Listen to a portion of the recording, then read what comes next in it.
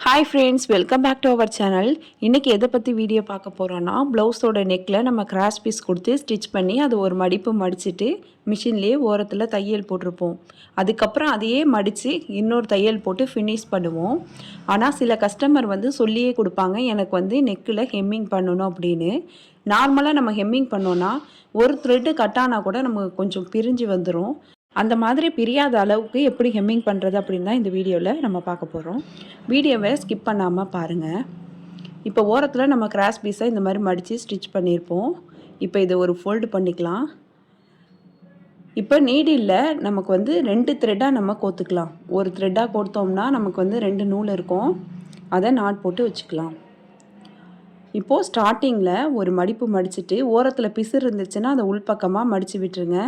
நமக்கு பிசுறு எதுவும் இல்லை, அந்த த்ரெட்டு மட்டும்தான் இருக்குது. அதையும் உள்பக்கமாக மடித்து விட்டு நீடில் இந்த மாதிரி கீழேருந்து மேலே எடுக்கணும். கொஞ்சமாக துணியில் தான் நீடில் குத்தணும். நம்ம நாட் போட்டதுக்கப்புறம் எக்ஸஸாக உள்ள த்ரெட்டை கட் பண்ணிடலாம். நான் உள்பக்கமாக வச்சே ஸ்டிச் பண்ணிடுறேன். ரொம்ப கேப்பு விட்டு போடாமல் கொஞ்சம் கிட்ட கிட்ட இந்த மாதிரி நீடில் குத்திட்டு த்ரெட்டை நீடில் ஒரு சுற்றிடணும். சுற்றிட்டு த்ரெட்டை வெளியில் எடுத்துடலாம். நீடில் வெளில எடுத்துடலாம். கொஞ்சம் டைட் பண்ணிக்கலாம். ரொம்ப டைட் பண்ணோம்னா சுருக்கம் வந்துடும். ஏன்னா இந்த ப்ளவுஸுமே கிராஸ் பீஸில் தான் நம்ம ஸ்டிச் பண்ணியிருக்கோம். அதனால் நெக் பீஸை ரொம்ப இழுக்கக்கூடாது. த்ரெட்டு டைட்டாக இருக்கான்னு இந்த மாதிரி செக் பண்ணிக்கலாம். இப்படி கீழே உள்ள துணியில் லைட்டாக நீடிலால் அந்த துணியை குத்தி எடுத்துகிட்டு மேலே அந்த கிராஸ் பீஸ் இருக்குல்ல, அதுலேயே நீடில் எடுத்துகிட்டு இந்த த்ரெட்டை ஒரு சுற்றி நம்ம எடுக்கணும். இந்த மாதிரி நம்ம நாட் போட்டு நம்ம ஸ்டிச் பண்ணோம்னா ஒரு த்ரெட்டு கட் ஆனால் கூட நமக்கு அந்த ஒரு த்ரெட்டு மட்டும் தான் கட் ஆகும். எதுவுமே பிரிஞ்சு வராது. ஏன்னா ஒவ்வொரு இடத்துலையும் நம்ம நாட் போட்டிருக்கோம். இப்போ பார்க்கும்போது இந்த மாதிரி நீட் ஃபினிஷிங்கில் இருக்கும். நம்ம இந்த மாதிரி நாட் போட்டு ஸ்டிச் பண்ணோன்னா நீட் ஃபினிஷிங்கில் இந்த மாதிரி இருக்கும். நம்ம நாட் போடாமல் ஸ்டிச் பண்ணோன்னா ஈஸியாக ஸ்டிச் பண்ணிடலாம். ஒரு 5-6 ப்ளவுஸ் கூட கொஞ்சம் நேரத்துலேயே நம்ம ஸ்டிச் பண்ணிடலாம். ஆனால் அதில் ஒரு நூல் கட்டானா கூட நமக்கு நிறைய பிரிஞ்சு வர சான்சஸ் இருக்குது. அதே மாதிரி ஒரு நூலை நம்ம பிடிச்சி இழுத்தா கூட அப்படி ஃபுல்லாகவே த்ரெட்டு வந்துடும். சுருக்கமாக போய் அந்த இடமே நல்லா இல்லாமல் போயிடும். அதனால் நம்ம எப்போதுமே லேட் ஆகும் அப்படின்னு நினைக்க வேணாம். இந்த மாதிரி நம்ம நாட் போட்டு ஸ்டிச் பண்ணிக்கலாம். இந்த மாதிரி நம்ம ஸ்டிச் பண்ணுறப்போ ப்ளவுஸு கிழிஞ்சால் கூட நமக்கு இந்த நம்ம தையல் கிழிஞ்சு வராது, பிரிஞ்சு வராது. இப்போது பாருங்கள், நெக்கில் இந்த மாதிரி யூ ஷேப்பில் வரும்போது நம்ம இந்த மாதிரி இழுத்து வச்சுட்டு நம்ம ஹெம்மிங் பண்ணிடக்கூடாது. ஷேப்பே மாறிடும். இந்த மாதிரி நம்ம யூ ஷேப்லேயே வச்சுட்டு நம்ம இந்த மாதிரி ஹெம்மிங் பண்ணிக்கணும். நம்ம நார்மலாக கையில் வச்சே ஹெம்மிங் பண்ணலாம். நீங்கள் பிகினர்ஸாக இருந்தீங்கன்னா இந்த மாதிரி கிராஸ் கட் ப்ளவுஸ் ஸ்டிச் பண்ணும்போது மட்டும் நெக்கில் ஹெம்மிங் பண்ணுறீங்கன்னா இந்த மாதிரி கீழே வச்சு பார்த்துட்டு எங்கெல்லாம் வளைவாக இருக்கோ அந்த இடத்துக்கிட்டலாம் கரெக்டாக ஹெம்மிங் பண்ணிக்கோங்க. நார்மல் ப்ளவுஸில் நம்ம கையில் வச்சுட்டு ஹெம்மிங் பண்ணிடலாம். கிராஸ் கட் ப்ளவுஸில் நமக்கு கொஞ்சம் அந்த சுருக்கம் வர மாதிரி இருக்கும். ஏன்னா ப்ளவுஸும் கிராஸ் கட்டு, கிராஸ் பீஸும் கிராஸில் இருக்கும். அதனால நமக்கு சுருக்கம் வரும். அதுக்காக தான் நம்ம இந்த மாதிரி டேபிளில் வச்சுட்டு யூ ஷேப்பில் எங்கெல்லாம் வந்திருக்கோ அதை யூ ஷேப்பில் கரெக்டாக வச்சுட்டு நம்ம நீடியில் வச்சு குத்தி நம்ம ஹெம்மிங் பண்ணுறோம். ரொம்ப எட்ட ஹெம்மிங் பண்ணாலும் அது அந்தளவுக்கு ஸ்ட்ராங்காக இருக்காது. ஒவ்வொரு சென்டிமீட்டர் டிஸ்டன்ஸில் நம்ம ஹெம்மிங் பண்ணிக்கலாம். அப்படி செய்யும் போது நமக்கு பிரிஞ்சே வராது. ப்ளவுஸ் பழசாக போனால் கூட அந்த ஹெம்மிங் பிரிஞ்சு வராது.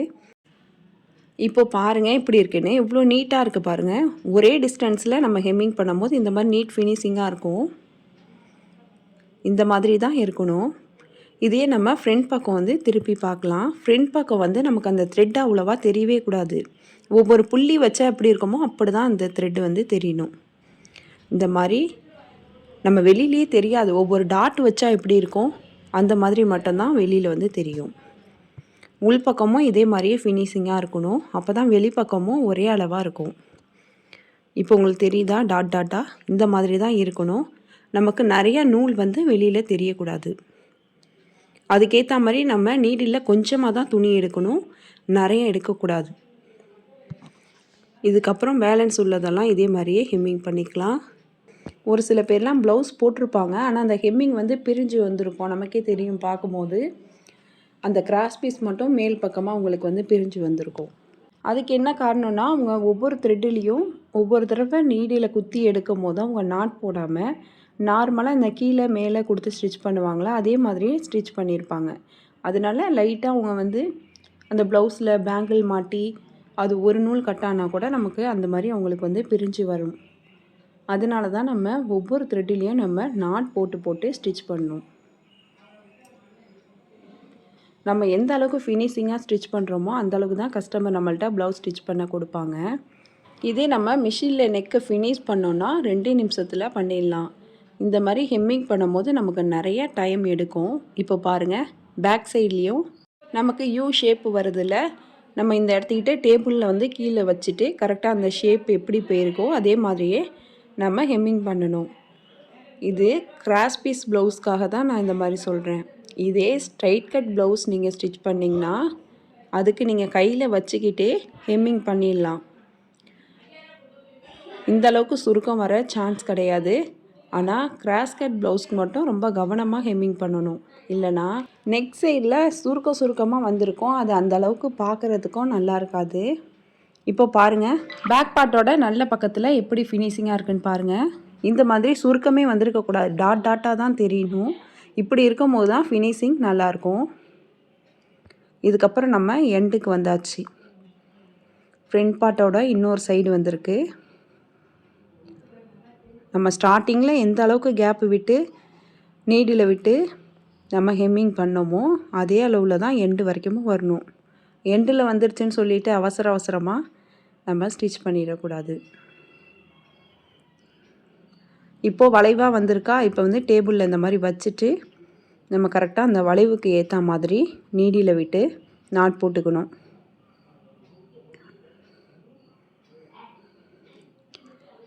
பாருங்கள், இந்த மாதிரி கையை வச்சு நம்ம பார்த்தாலே நமக்கு வந்து தெரியும். நீங்கள் பிகினர்ஸாக இருந்தீங்கன்னா டேபிளில் வச்சுட்டு எங்கெல்லாம் வளைவாக வந்திருக்கோ அங்கே கரெக்டாக கையால் பிடிச்சிட்டு அங்கே நீடியில் விட்டு நம்ம ஸ்டிச்சஸ் போட்டுக்கலாம். நம்ம நார்மலாக மிஷினில் ஸ்டிச் பண்ணுறதை விட ஹெம்மிங் பண்ணியிருக்கும் போது நெக்கோட ஃபினிஷிங் ரொம்ப நல்லாயிருக்கும். ஆனால் நமக்கு கொஞ்சம் டைம் எடுக்கும். இப்போது எண்டில் வரப்போ 2-3 சுற்று சுற்றிட்டு நம்ம நாட் போட்டுக்கலாம். அப்போ தான் பிரிஞ்சு வராது.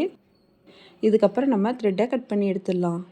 இப்போ பாருங்கள் நெக் ஃபினிஷிங் எப்படி இருக்குன்னு. நம்ம வெளியில் பார்க்கும் போது அந்த த்ரெட்டே தெரியாது, ஒவ்வொரு டாட் வச்சா மாதிரி மட்டும்தான் தெரியும். அதே மாதிரி ஒரே டிஸ்டன்ஸில் தெரியும். அது பார்க்குறதுக்கு அழகாக இருக்கும். அதே மாதிரி எந்த கலர் ப்ளவுஸ் ஸ்டிச் பண்ணுறோமோ அதே கலரில் த்ரெட்டை வச்சு நம்ம ஹெம்மிங் பண்ணோன்னா அந்த டாட் கூட வெளியில் தெரியாது. இந்த மாதிரி மெத்தடில் நீங்களும் ஹெம்மிங் பண்ணி பாருங்கள். இந்த வீடியோ உங்களுக்கு யூஸ்ஃபுல்லாக இருந்துச்சு, பிடிச்சிருந்துச்சுன்னா லைக் பண்ணுங்கள், ஷேர் பண்ணுங்கள், கமெண்ட் பண்ணுங்கள்.